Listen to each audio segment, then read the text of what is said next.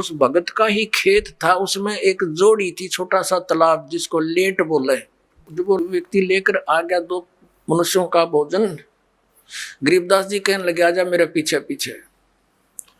अब उस व्यक्ति ने सोचा खेतों में कोई साधु संत आए होंगे, इनसे मिलने आते रहते हैं। वहां जाकर उस लेट से, उस जोहड़ से 1 किलोमीटर दूर उस खेतों में जो तालाब होते थे छोटे छोटे, पशुओं के पानी के लिए उसमें स्टोर कर लेते थे जल, तो उसके चारों तरफ झुंड खड़े हो जाते थे, झाड़ बोझड़े कांटेदार झाड़ियों के गुच्छे से बन जाते थे। उससे 200 फुट दूरी पर बैठ के गरीबदास जी भी वो लड़का व्यक्ति बैठा लिया और वहां कहा, आवाज लगाई उसकी माता और पिता का नाम लेकर, और उनसे कहा कि आ जाओ तुम्हारा पुत्र भोजन लाया है। उसमें से एक गीदड़ और गीदड़ी निकल कर आए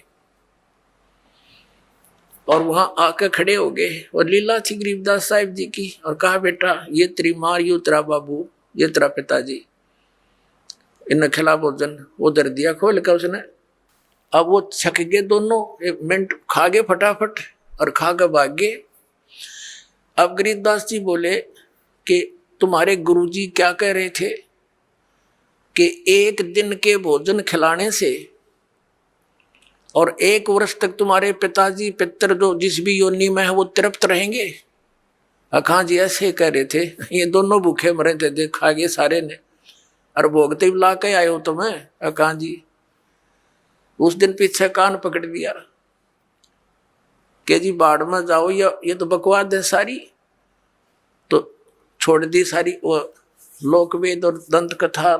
पूर्ण जानकारी के लिए संत रामपाल जी महाराज के सत्संग सुने।